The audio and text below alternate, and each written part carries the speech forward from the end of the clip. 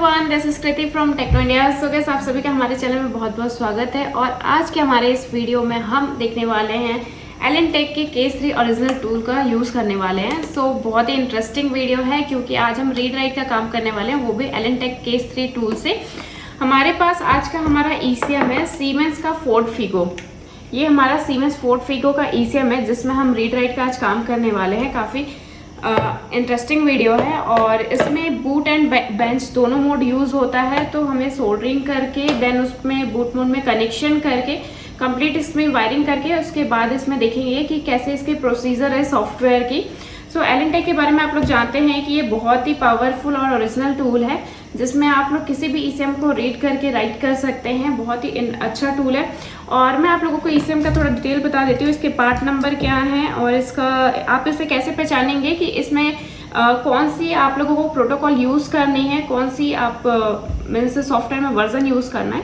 So let's को हम देखते हैं इसके बारे में। तो ये हमारा फोर्ड फिगो का ईसीएम है जो कि सीमेंस फोर्ड फिगो है और इसका जो पार्ट नंबर है वो हमें यहाँ शो कर रहा है AS6112A650। ये हमारा इसका पार्ट नंबर है और इसका जो आइडेंटिफिकेशन आईडी है कि आप सॉफ्टवेयर में इस ईसीएम को कैसे आइडेंटिफाई करेंगे, मॉडल को कैसे सिलेक्ट करेंगे, उसके लिए आपको SID 804 दिया हुआ है। मैं आप लोगों को सॉफ्टवेयर में थोड़ी सी झलक दिखा देती हूँ कि आप लोग जब मॉडल सेलेक्ट करते हैं तो आप लोगों को कैसे करना है। ये हमारी जैसे एलन टेक के सॉफ्टवेयर है और इसमें देखिए यहाँ फोर्ड फिगो आप हमारा जो मॉडल है वो सिलेक्ट करना है, 2010 का है। देन इसके बाद यहाँ पर सीमेंस SID 804 लिखा हुआ है तो हमें इसे सेलेक्ट करना है एंड इसमें आप लोगों को आगे प्रोसीड करना है। इसके बाद में मैंने आज आप लोगों को बताया कि हम यूज़ करने वाले हैं एलन टेक केस 3 टूल को। ये हमारा एलन टेक का केस 3 टूल है जो कि बहुत ही अच्छा है, लुक वाइज काफ़ी इंटरेस्टिंग है। एंड इसमें आज हम वीडियो में देखने वाले हैं कि इसके पिन आउट्स क्या हैं, इसके प्रोसीजर क्या हैं। ये बेंच एंड बूट दोनों मोड में कनेक्ट होता है। तो ये इसका सॉफ्टवेयर है और इसमें जो डायग्राम दिया रहता है ये इसमें डायग्राम भी शो हो जाता है। तो वीडियो लास्ट तक ज़रूर देखिएगा कि इसमें पिन आउट्स क्या और कैसे यूज़ होने वाले हैं।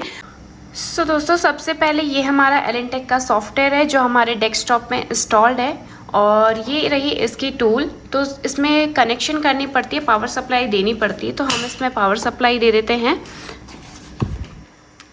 ये हमने इसमें पावर सप्लाई दे दिया और इसमें जो USB केबल लगती है वो हम USB केबल लगा देते हैं। ओके, तो देखिए पावर सप्लाई देते ही इसमें पावर के लाइट जो है वो ऑन हो गई है। ये इसकी पावर की लाइट है। इसके बाद हम इसमें सॉफ्टवेयर में आगे चलते हैं। तो ये हमारा रहा सॉफ्टवेयर जिसमें हम क्लिक करते हैं। ये एलन टेक का हमारा सॉफ्टवेयर ओपन हो रहा है।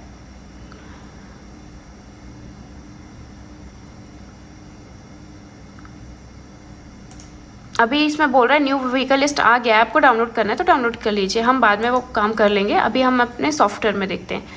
सबसे पहले ये हमारा एलन टेक का सॉफ्टवेयर है जिसमें हमें वर्क करना है। तो यहाँ पर आप लोगों को दिया रहता है व्हीकल, आपको जो सिलेक्ट करना है वो व्हीकल को आप सिलेक्ट कर सकते हैं। यहाँ से यहाँ पर आप व्हीकल आएगा तो हमें फोर्ड फिगो सिलेक्ट करना है। हम सबसे पहले इसमें फोर्ड में चलते हैं। फोर्ड में जाने के बाद मैंने आप लोगों को बताया था यहाँ पर काफ़ी सारे ऑप्शन देते हैं व्हीकल के। फोर्ड के अंदर इतनी सारी मॉडल्स आती हैं। देखिए इसमें 2002, 2001, 4, 1996, 1998, 2008, 2004, 7, 5, 2000 के बहुत सारी मॉडल्स दी हुई हैं। इसमें लिस्ट इतनी ज़्यादा है कि आप बहुत ज़्यादा है। तो सबसे पहले हमें जो काम है हम उसमें चलते हैं। हमें फोर्ड फिगो का काम है और उसमें जो मॉडल था उसे हम सेलेक्ट कर लेते हैं। सबसे पहले हमने फोर्ड को सिलेक्ट कर लिया था व्हीकल में। उसके बाद हमें मॉडल सेलेक्ट करना है। ये मॉडल में आप जब जाएंगे यहाँ एरो का सिंबल आता है। एरो में जाने के बाद हमको फोर्ड फिगो सिलेक्ट करना है। तो हम इसमें फोर्ड फिगो ये अपना मॉडल सेलेक्ट कर लेते हैं। हमारा जो है वो 2010 का है। आपको इतना मतलब इन्फॉर्मेशन होनी चाहिए कि ये फोर्ड फिगो 2010 की है। ये हम इसे सिलेक्ट कर लिए। यहाँ पर देखिए ऑप्शन आ गए। हमारा जो आइडेंटिफिकेशन कोड था मैंने बताया था आपको SID 804 है। तो हम इसे सिलेक्ट कर लेते हैं एंड देन कंटिन्यू पे क्लिक करेंगे। कंटिन्यू पे क्लिक करने के बाद यहाँ पर आपको मैं स्क्रीन में जूम करके दिखाती हूँ। यहाँ पर जब आप देखेंगे तो यहाँ पर आपको व्हीकल में मॉडल बता देता है कि कौन सा व्हीकल है, फोर्ड का है, मॉडल उसका बता देता है फिगो B517 2010 है, वर्जन इसकी 1.4 D5 MT है, मैन्युफैक्चरिंग बाय फोर्ड है, इंजन का मॉडल बता देता है, इंजन की कोड आपकी F6J है और ये 1373 मतलब 1373 सीसी की गाड़ी का है।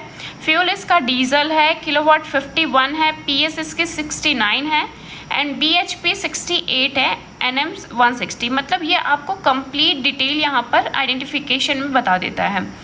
यहाँ पर आपको दो ऑप्शन दे रहे हैं। यहाँ पर जो आपका लाइटिंग वाला है, ऊपर वाला कंप्लीट बूट मोड का है, मतलब आप OBD पोर्ट का है, OBD मोड का है।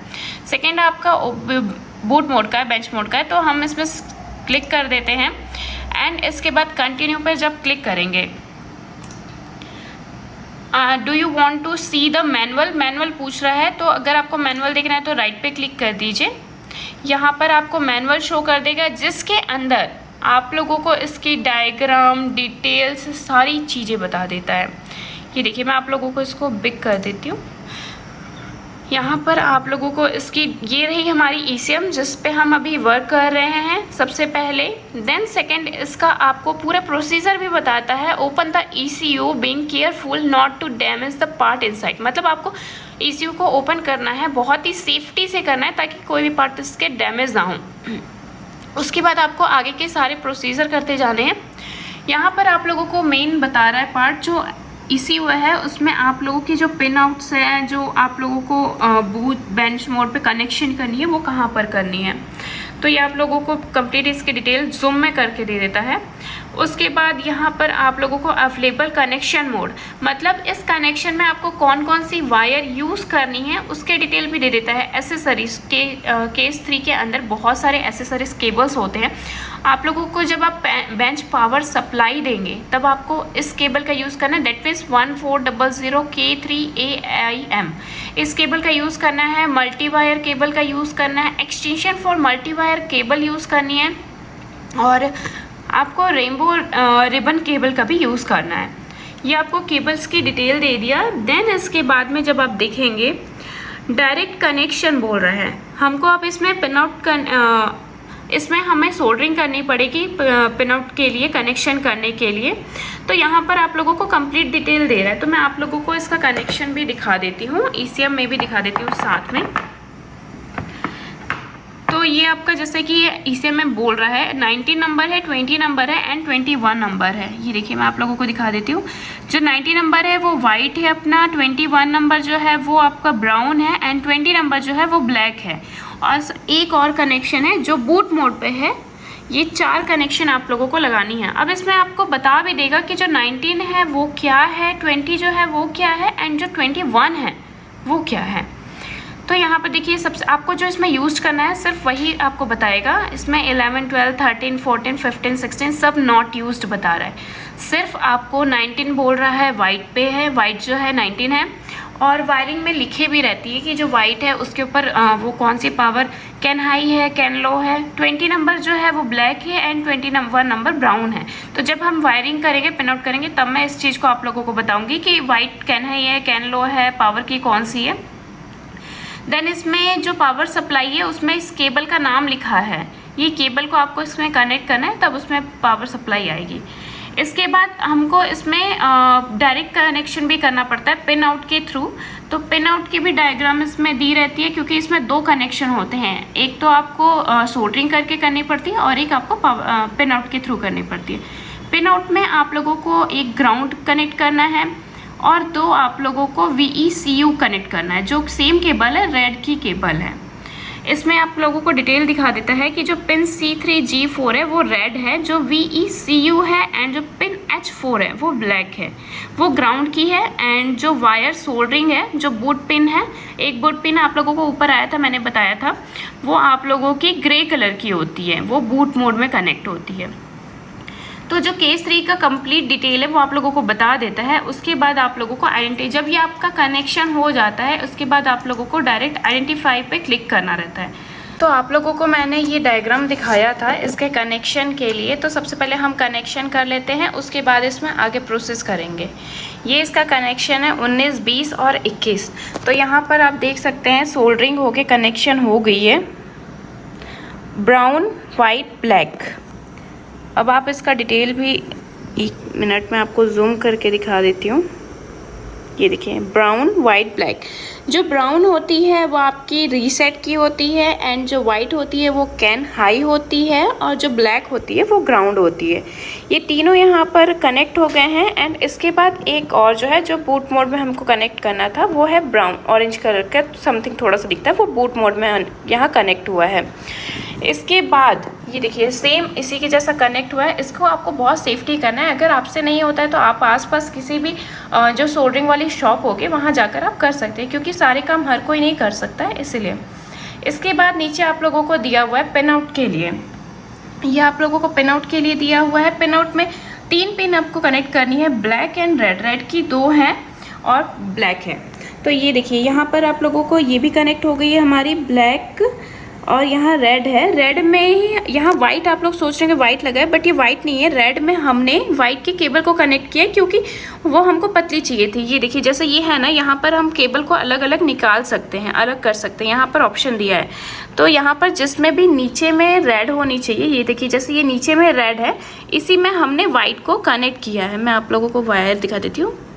ये देखिए, ये जो है ये VCU बोल रहा है। ये वाली जो केबल है ये नीचे से रेड है, और ऊपर में हमने इसके वायर कनेक्ट किया क्योंकि हमें पतली वायर चाहिए थी, और फिर हमने यहाँ पर इसका कनेक्शन कर दिया।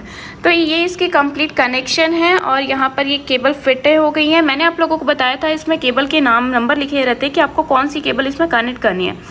ये देखिए इसमें 14430021005 ये केबल का नंबर दिया हुआ है। ये मैं आपको स्क्रीन में भी दिखा देती हूँ। यही केबल नंबर आपको यहाँ पर लिखी हुई है। ये देखिए 10014300300T105 ये लास्ट वाली जो है रेनबो रिबन केबल जो है वो हमको कनेक्ट करनी थी। तो ये केबल यहाँ कनेक्ट हो गई है। इसे मैं हिला नहीं सकती हूँ, नहीं तो ये सोल्डरिंग खुल जाएगी, इसलिए ये थोड़ी सी ऐसे बनी हुई है। तो आगे हम इसके प्रोसीजर में चलते हैं। कनेक्शन हो गई। कनेक्शन आप लोगों को फ़ोटो में यहाँ पर डाल दूँगी, और एलन टेक के लिए आप लोगों को प्रोसीजर की ज़रूरत नहीं पड़ती है, क्योंकि इसमें खुद डायग्राम बहुत अच्छे से दे देता है। तो सबसे पहले हम अब सॉफ्टवेयर पे चलते हैं। डायग्राम का पेज अब बंद कर देते हैं। ये हमारा सॉफ्टवेयर था। अभी हम आइडेंटिफाई पे पहुँचे थे। जैसे ही हम आइडेंटिफाई पे क्लिक करेंगे, अगर आपने राइट सोल्डरिंग की है, राइट कनेक्शन किया है, तो ये आइडेंटिफाई ले लेगा। यहाँ पर हमारा आइडेंटिफाई का प्रोसीजर स्टार्ट हो गया है, और नीचे काउंटडाउन।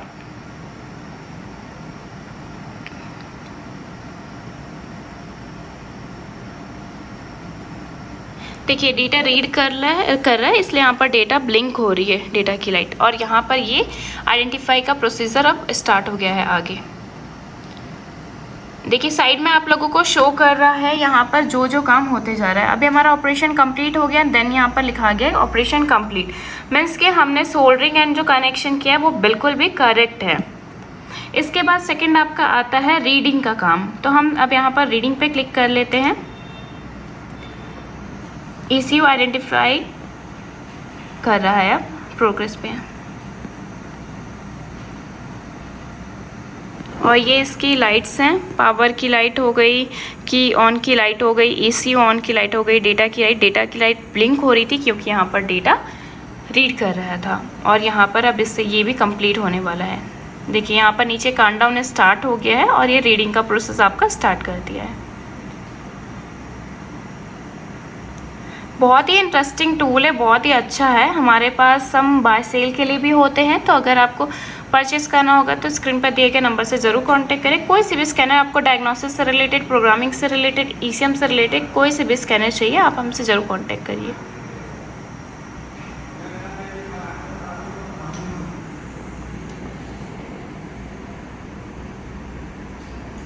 ये आपकी एलन टेक की टूल रही, और यहाँ पर प्रोसेसर।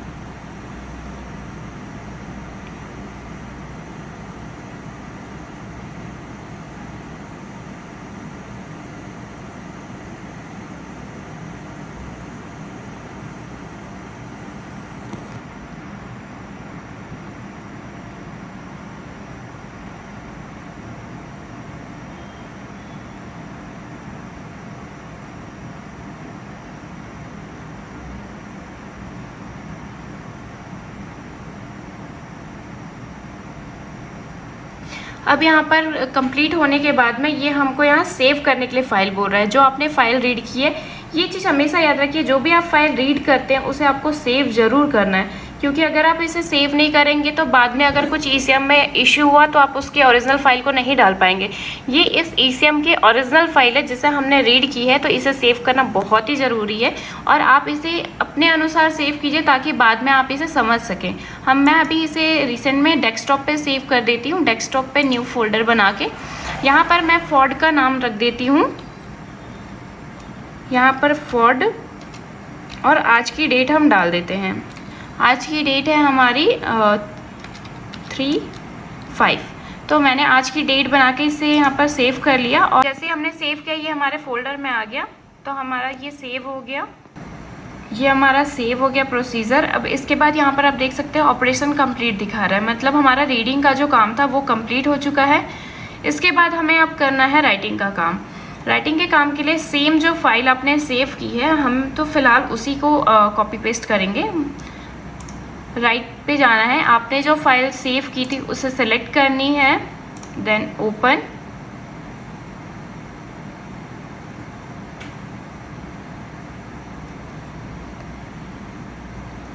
ये अपना प्रोसीजर कर रहा है। पर राइटिंग का प्रोसीजर भी स्टार्ट हो चुका है और साइड में आप देखेंगे तो यहाँ पर जो प्रोटोकॉल सिलेक्ट मीन्स कंप्लीट होते जा रहे हैं, वो आपके जो सेक्टर्स हैं वो आप लोगों की शो होते जा रही है राइटिंग फ्लैश।